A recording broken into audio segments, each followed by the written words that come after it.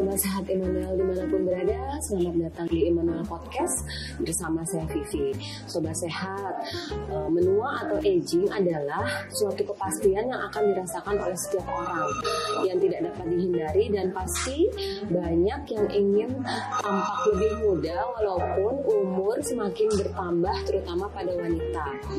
Beberapa tahun belakangan istilah aging gracefully menjadi semakin populer di dunia kecantikan termasuk Indonesia. Nah, di episode kali ini kita akan mengangkat tema aging gracefully. Buat sobat sehat yang penasaran apa sih aging gracefully itu dan gimana caranya untuk tampak lebih muda walaupun usia sudah bertambah, yuk kita simak penjelasan dari narasumber kita hari ini yang sangat mewakili, menurut saya sangat mewakili aging gracefully ini. Langsung saja kita sambut Dr. Safitri Restuwardani SPKK. Halo dokter, selamat siang dokter. Selamat siang tapi semangat pagi ya. Semangat pagi. Boleh dokter disapa dulu sobat sehatnya? Sobat sehat, selalu semangat pagi. Semangat pagi ya sobat sehat ya. Nah dokter, episode kali ini kita akan mengupas tuntas tentang aging gracefully. Apa sih dok aging gracefully itu? Aging gracefully ya. Jadi untuk memahami pengertian tentang aging gracefully, kita mulai dari definisi aging dulu gitu ya. Jadi aging atau menua adalah suatu proses menghilangnya secara perlahan-lahan, yaitu kemampuan suatu jaringan untuk memperbaiki dirinya, mempertahankan struktur dan fungsi normalnya, sehingga jaringan tersebut tidak dapat bertahan terhadap jejas atau kerusakan yang diderita. Sedangkan gracefully sendiri itu merupakan persepsi atau cara pandang yang positif terhadap penuaan atau aging, mana suatu hal yang patut disyukuri, bahwa aging itu adalah suatu hal yang patut diterima dan disyukuri. Jadi aging gracefully menekankan pola pikir yang positif, yang bagaimana seseorang menanggapi penuaan yang sedang terjadi pada dirinya sendiri. Jadi aging gracefully menekankan pemikiran positif ya dok ya pada diri sendiri, tentang penuaan itu memang harus terjadi gitu ya. Penuaan itu tidak bisa di-stop, tapi penuaan itu bisa kita hambat. Jadi beda, di-stop mungkin ya, tapi kalau dihambat itu masih bisa. Jadi jangan khawatir sobat sehat. Dan dokter, kalau dulu tuh kita tuh dengernya anti aging. Nah sekarang yang tren ini aging gracefully. Sebenarnya bedanya apa dok antara aging gracefully dengan anti aging ini? Nah, kalau anti aging namanya juga anti ya. Anti itu biasanya sesuatu yang konotasinya negatif ya. Jadi anti aging itu suatu pola pikir tentang penuaan yang harus ditakuti gitu. Jadi ditolak. Nah, khawatirnya tua ya, orang tuh jadi rendah diri karena merasa sudah tidak muda lagi, jadi nggak pede ya. Harus tua nih, jadinya gitu ya. Minder. Nah itu yang disayangkan gitu. Nah dokter, sebenarnya mengapa ada perubahan cara pandang dok dari anti aging yang sebelumnya anti aging menjadi aging gracefully ini? Jadi karena aging gracefully itu pandangan yang positif, itu tentu lebih baik ya. Jadi melalui pandangan atau pola pikir aging gracefully, itu orang dapat lebih mencintai dan menerima diri sendiri dan melakukan gerakan self care dan self love, sehingga dapat membantu kesehatan baik fisik maupun mental seseorang. Jadi aging gracefully ini sangat bermanfaat sekali untuk kesehatan fisik dan mental ternyata ya dok ya. Jadi selain fisik, tampakan, ternyata ya mentalnya juga ya. Mentalnya juga. Baik. Nah Nah dokter, bagaimana tanda-tanda aging atau penuaan pada kulit itu dok? Ya, jadi sebenarnya semua organ itu menua ya. Kalau kita nambah umur, semua organ itu menua, termasuk memang organ kulit ya. Ditandai dengan adanya kulit yang kusam, kering, bersisik ya, jadi tidak bercahaya. Kemudian kadang-kadang ada flek, tidak elastis lagi, kulitnya keriput gitu ya, banyak wrinkle kita bilang gitu ya, wajahnya kendor, disertai pori yang kasar, besar gitu ya. Kemudian ada juga yang bintil-bintil, biasanya suka ada di wajah, di leher ya, orang sebutnya kutil. Padahal itu bintil, tumor ya. Baik. Itu masalah di kulit wajah sekali ya dok ya, yang sering dipermasalahkan oleh para wanita gitu ya dok ya. Nah dokter, bagaimana nih cara mengatasi kulit kering, kasar dan kusam tersebut? Kalau kulit kering, kasar, kusam ya berarti kita harus satu memilih produk yang bagus untuk melembabkan kulit. Dari sabunnya atau cleansingnya itu juga sudah harus tipe tertentu yang untuk melembabkan, kemudian pakai pelembab pasti ya. Disesuaikan dengan kulit wajah ya dok.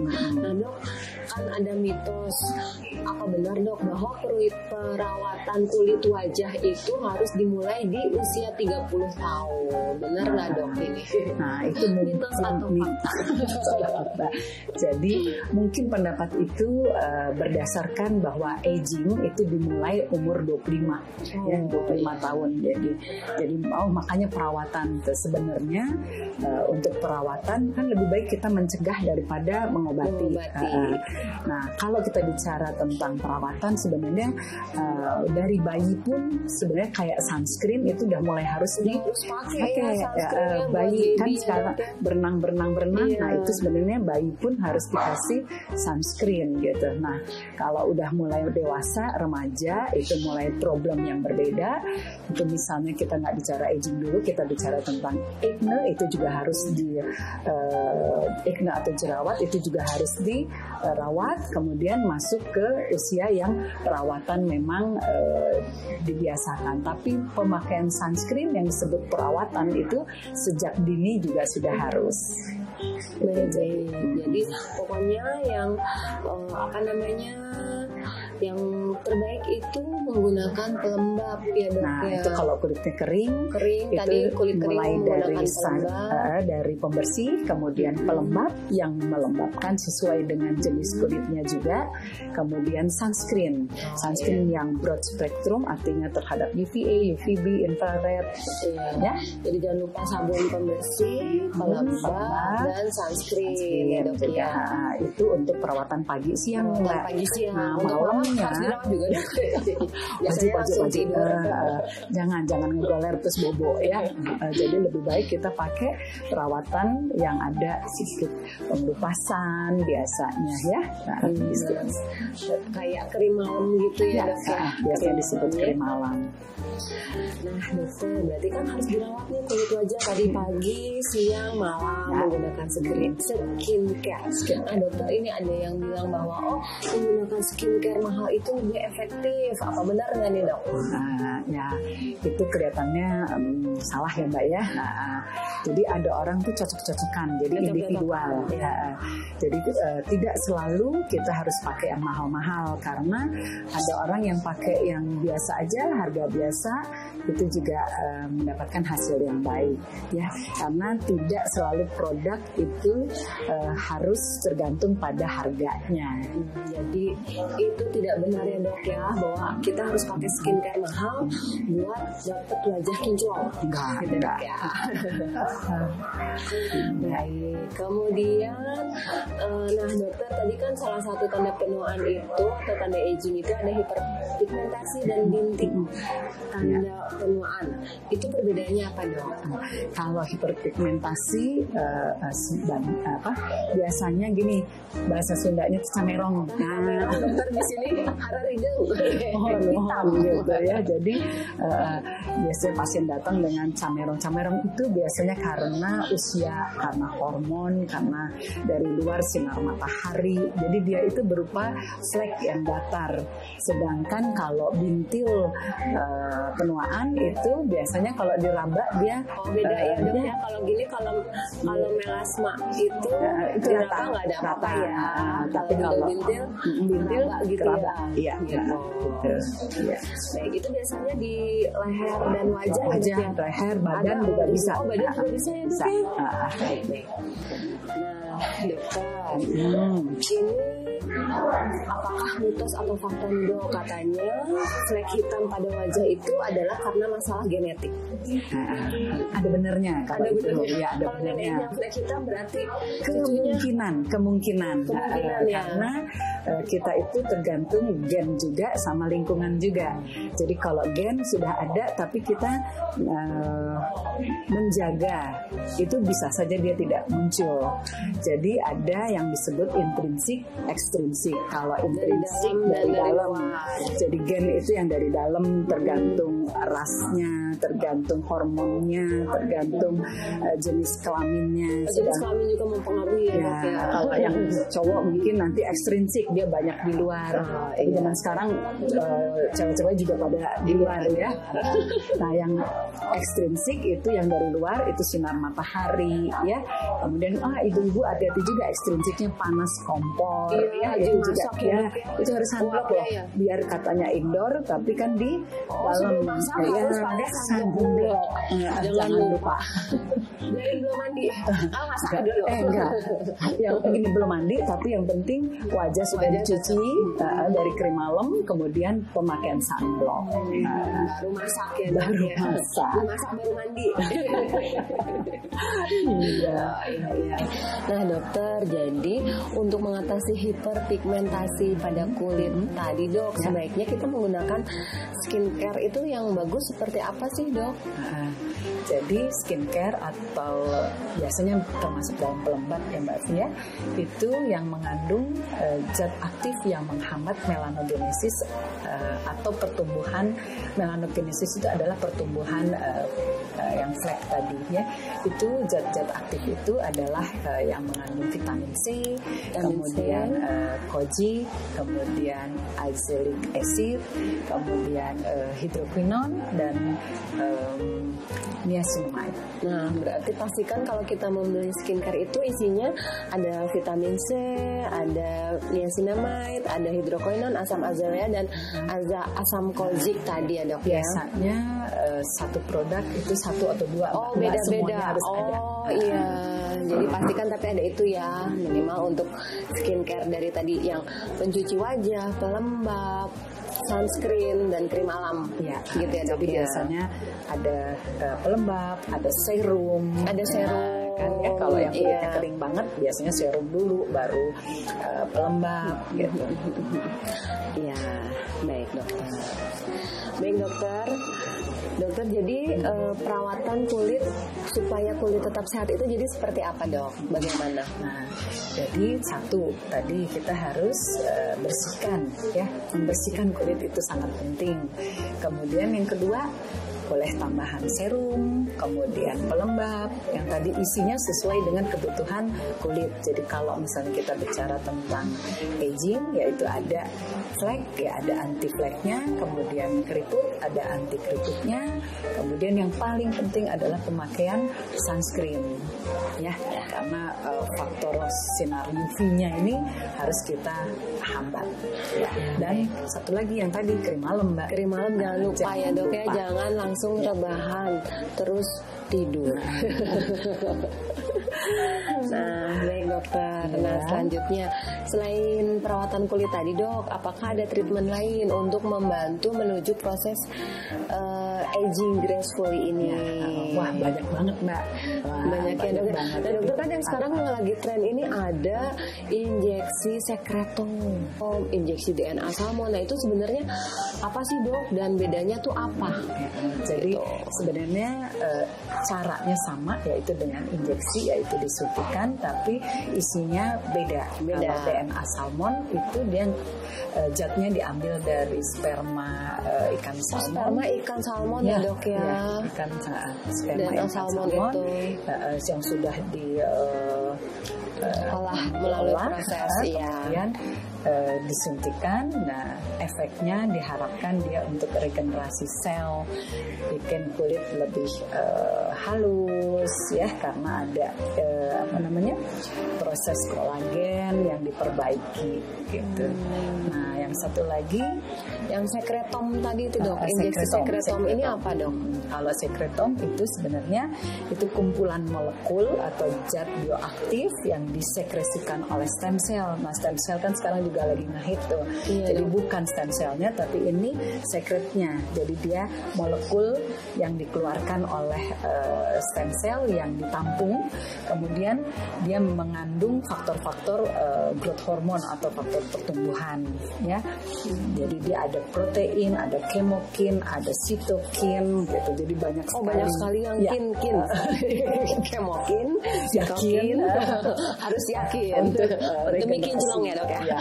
Gitu. Nah dokter, bioaktif dari tadi sekretom itu perannya apa dokter? Dia merangsang perbaikan jaringan kulit. Jadi kita kalau kena sinar matahari itu terjadi kerusakan kulit, itu biasanya bisa diperbaiki oleh sekretom itu karena ada growth hormonnya. Jadi kalau penuaan kulit, degenerasi sel itu kalau kita suntikan dia menjadi rejuvenation ya. Jadi merejuvenasi kembali ya dok ya. Nah dokter, kalau dengar nih injeksi suntikan DNA salmon, sekretom, ini prosedurnya menyakitkan nggak sih dok? Beauty is pain. Beauty is pain. Benar ya, sekarang dokter kebalik. Jadi biasanya prosedurnya itu pasti dibaalin dulu deh. Dibaalin ya, jangan khawatir sobat sehat, jangan khawatir sakit ya dok ya. Ya, jadi biasanya setelah dibersihkan, kemudian dikasih krim baal. Nah, nanti kita tanya dulu nih, udah baal belum? Kerasa deh kalau tes baal. dulu ya dok ya, sakit nggak, kerasa nggak gitu kan ya, harus cantik tanpa ya terlalu sakit-sakit lah gitu ya. Oh baik, jadi jangan khawatir sobat sehat, pasti dikasih krim baal ya supaya nggak terasa sakit. Nah dokter, berapa lama waktu treatment yang dibutuhkan untuk mendapatkan hasil yang diinginkan? Apakah harus diulang nih injeksi salmon DNA atau sekretom ini? Nah nanti kalau yang begitu tuh yang paling susah tuh jawab. Karena apa? Karena setiap orang memang punya problem yang berbeda ya. Jadi kalau misalnya hanya problemnya itu sedikit dengan problem yang sudah berat ya pasti berbeda. Ada yang bandel gitu ya dok ya.